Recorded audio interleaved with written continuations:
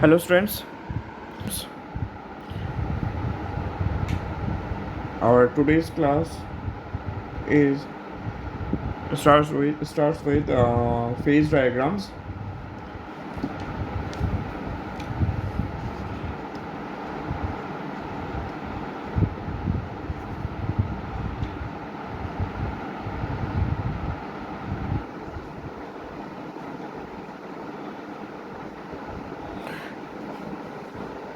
Phase diagrams. So before starting phase diagrams, we have to know, first of all, we have to know what is phase. What is phase?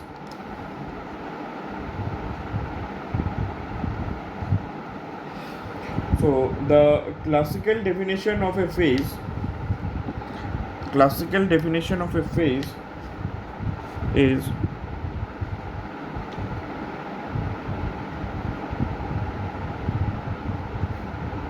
chemically homogeneous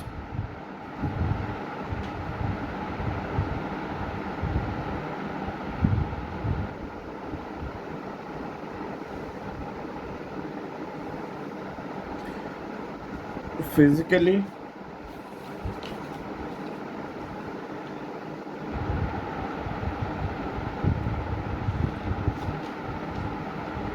distinct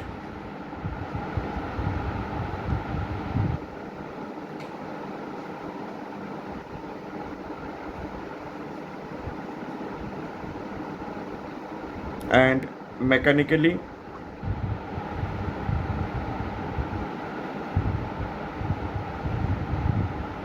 separable.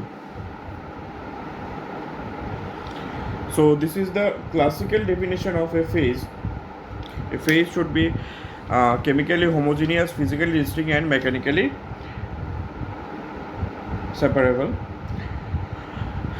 So now we can take one example to understand what is phase. So we are taking the example of water H2O from different places. So let us we have one tube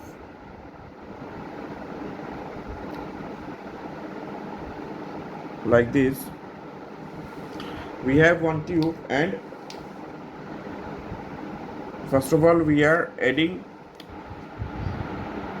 some water in it.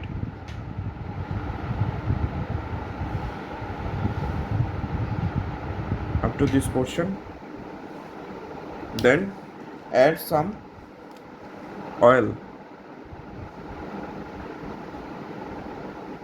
like this. After adding the oil, we have to shake it well so that the oil and water can mix, and put it like this for a while. So after some time we can see that in the bottom portion the oil is floating above the water, as its density is less than the density of water, and the water will not mix with the oil and water will not mix with each other, and the water is oil is floating on the above portion of the water. So now if we take some sample from the bottom of the tube, we will get water, and if we take some sample from the above of the tube, then we will get pure oil. So this mixture is not chemically homogeneous, as in a same container we have different things at different places, so we cannot say that it is chemically homogeneous. Now take another tube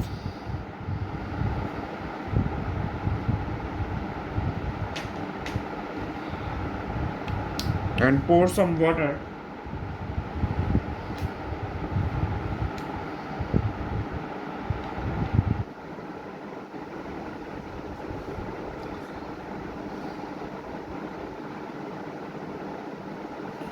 After that, add some sugar in it.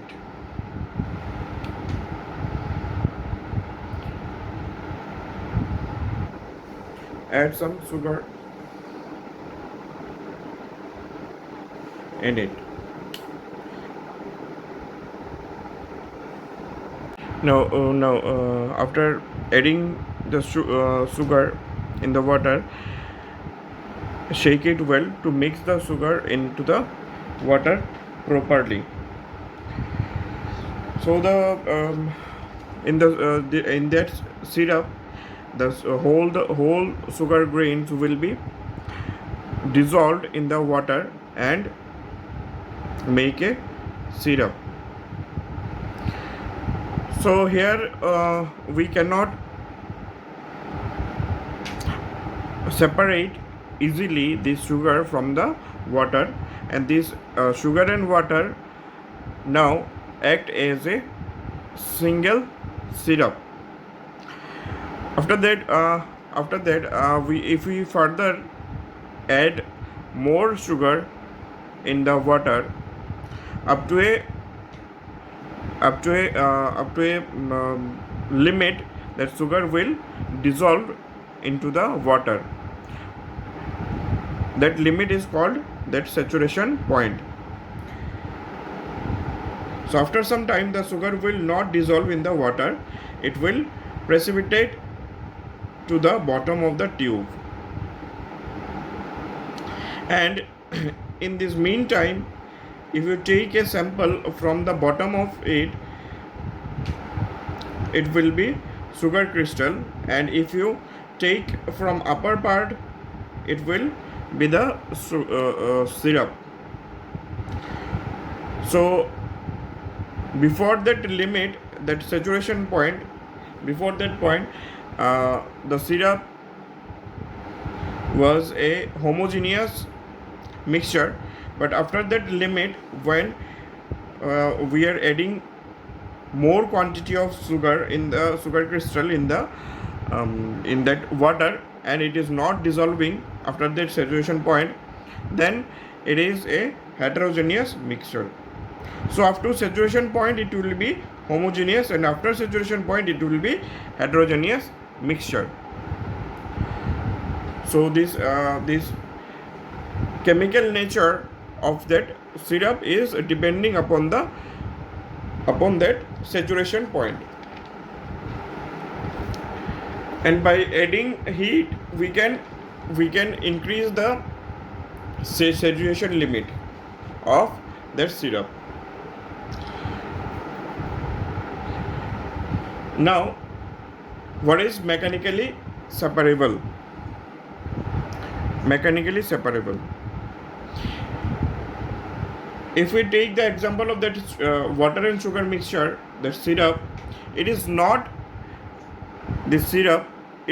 mechanically separable. We can separate it by applying some heat in it, but this is another process. This is not a mechanical one. So by some mechanical process or by mechanically, this is not separable, but that mixture of that oil and water, that is mechanically separable. How it is mechanically separable? In a tube where the mixture of oil and water is there, if we like this, in this tube, if we make a hole in the bottom portion, like in this section, make a hole, then first of all, this water will come out from the tube. And we can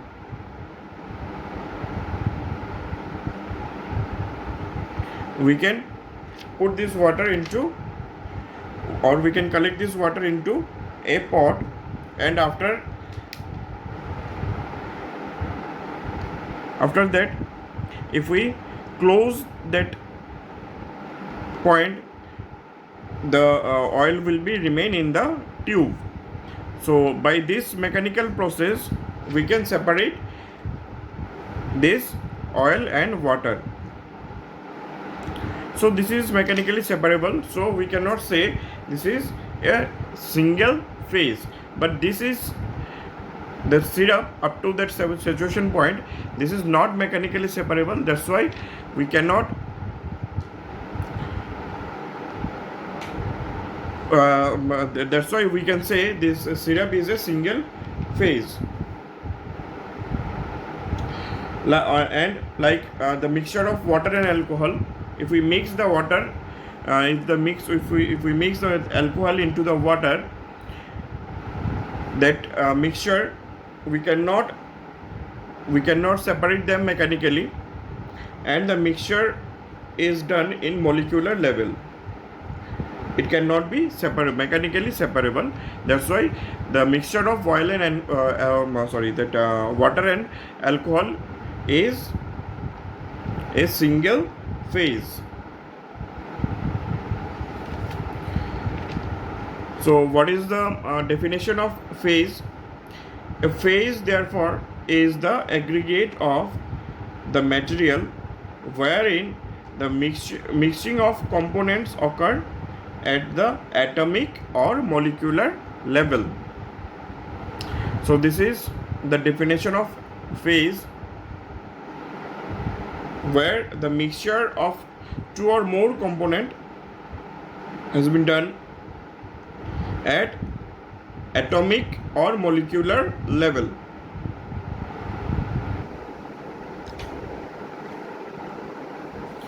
Now our next topic is components.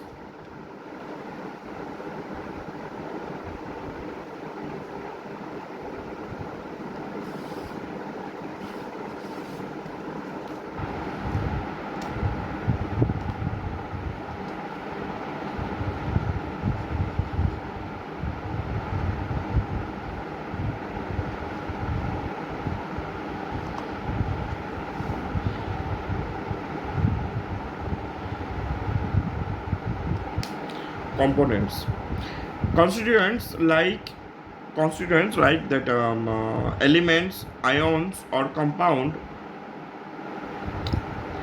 whose amount in the material can be varied independent of the other constituents that may be present in the material is called component.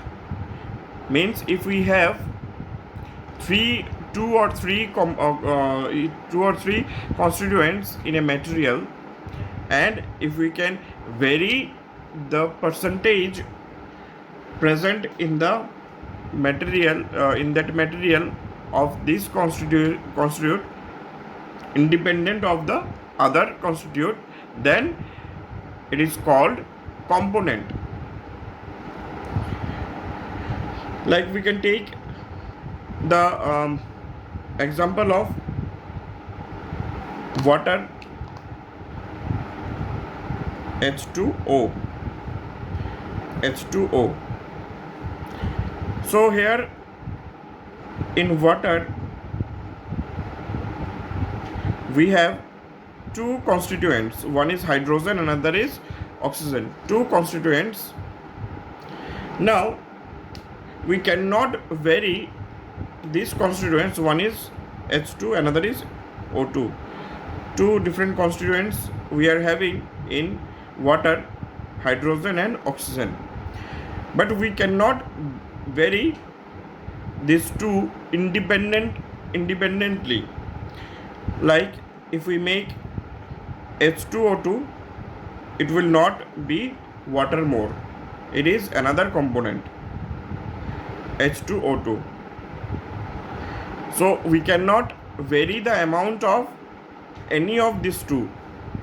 If we vary them, then the water will convert it into a new component.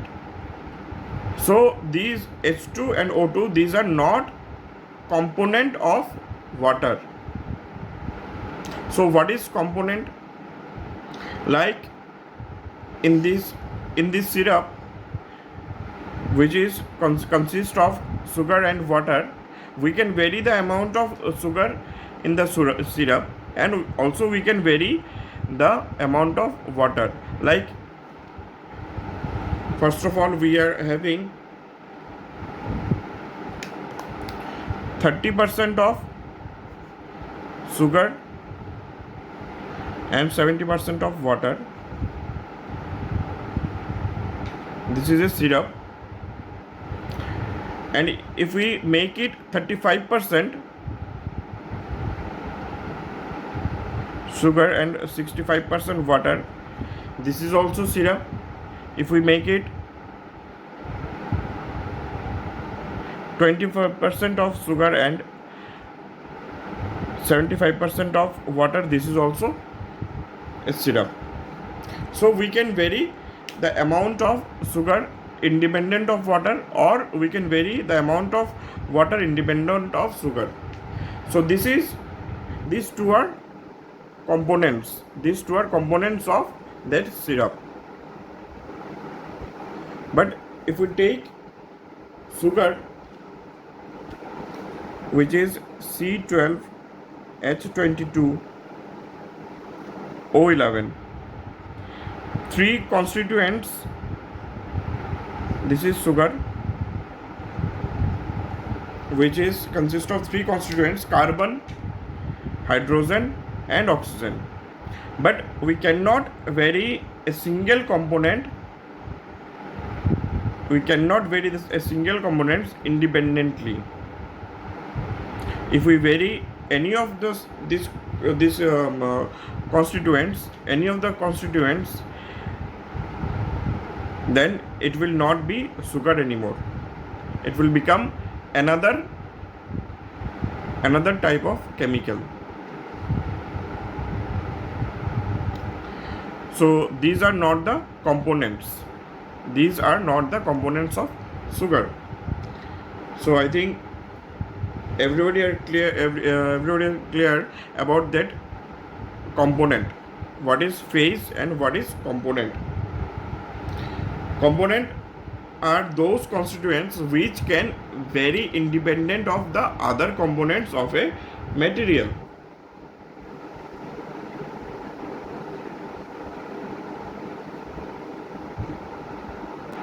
Now next topic is variables.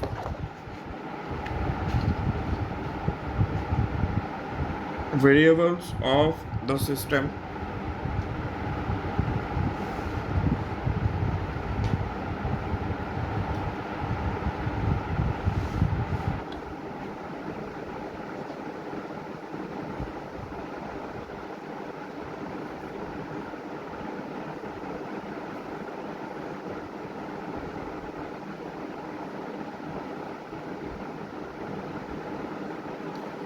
Variables of the system.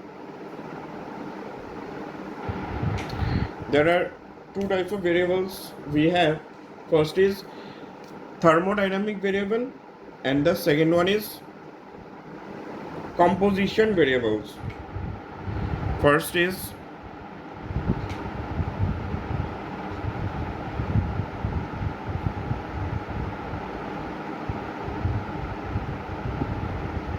thermodynamic variables,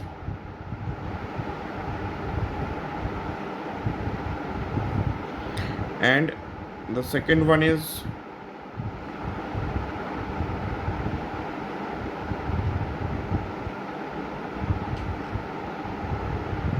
composition variables.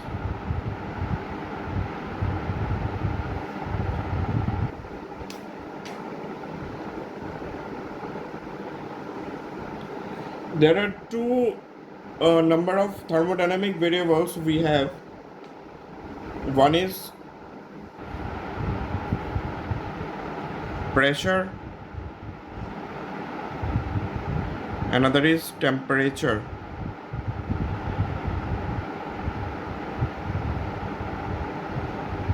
These are two thermodynamic variables. So remind it that we are having two different thermodynamic variables. One is pressure, another is temperature. These two thermodynamic variables. These two are constant variables, thermodynamic variables, which are pressure and temperature. Then we have another type of variable, which is composition variable. Composition variables for a phase. So composition variable is always assigned as number of components. I think you all know what is component. Number of components present in the phase minus 1. Number of components present in the phase minus 1. This is the number of composition. So why it is minus 1? This is very simple thing. Like we are having a syrup, and that syrup is consist of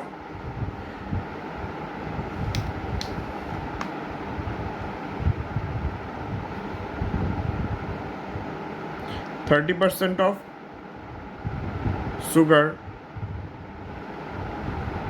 and 70% of water.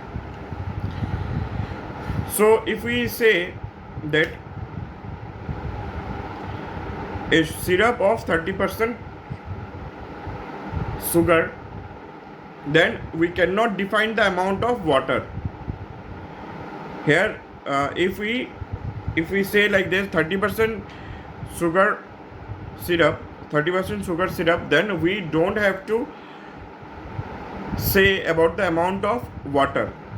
30% sugar syrup means remaining is water. So we should not say that amount of water in this case. Now I am taking another example. Like we have one alloy, gold alloy.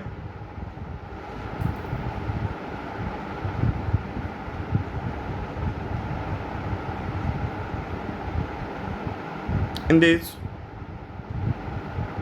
80% gold, 15% copper, and 5%, let us say 5% iron.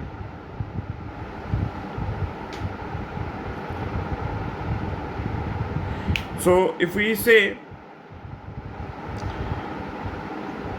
15% copper and 5% iron gold alloy, then we don't have to say the remaining portion of gold. We can easily calculate it. If we say about these two components of that gold alloy, then we need not to say about the amount of this gold. This is easily calculable. We can calculate it easily. So that's why it is number of components minus 1. If we say about the remaining portions and 1 we can omit, we can calculate it easily. That's why it is written as like this: number of components present in the phase minus 1. Now I will tell you all about some symbols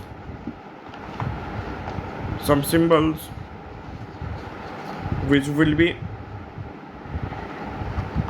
used in our next classes.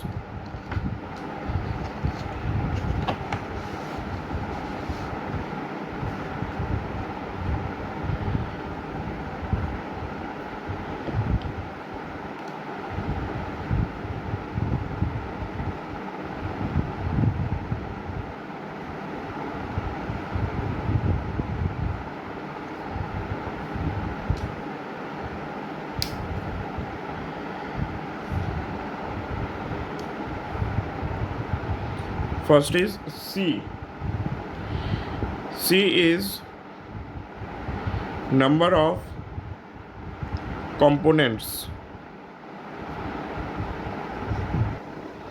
C is number of components. Then P, number of phase. V, number of variables.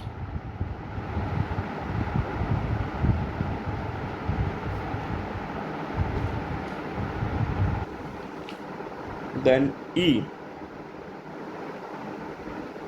number of equilibrium constraints.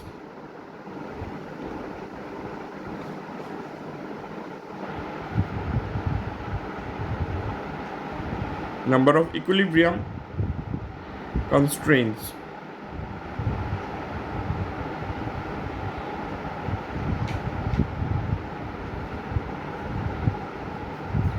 The last one is F, degree of freedom.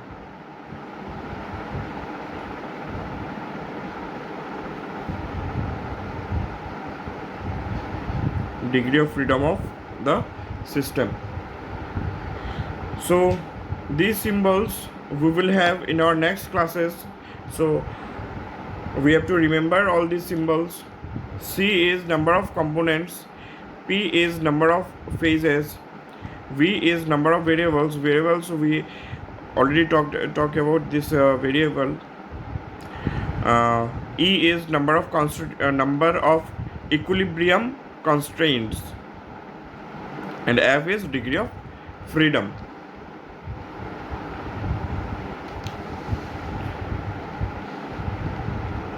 So that's it for today's class. Thank you, students.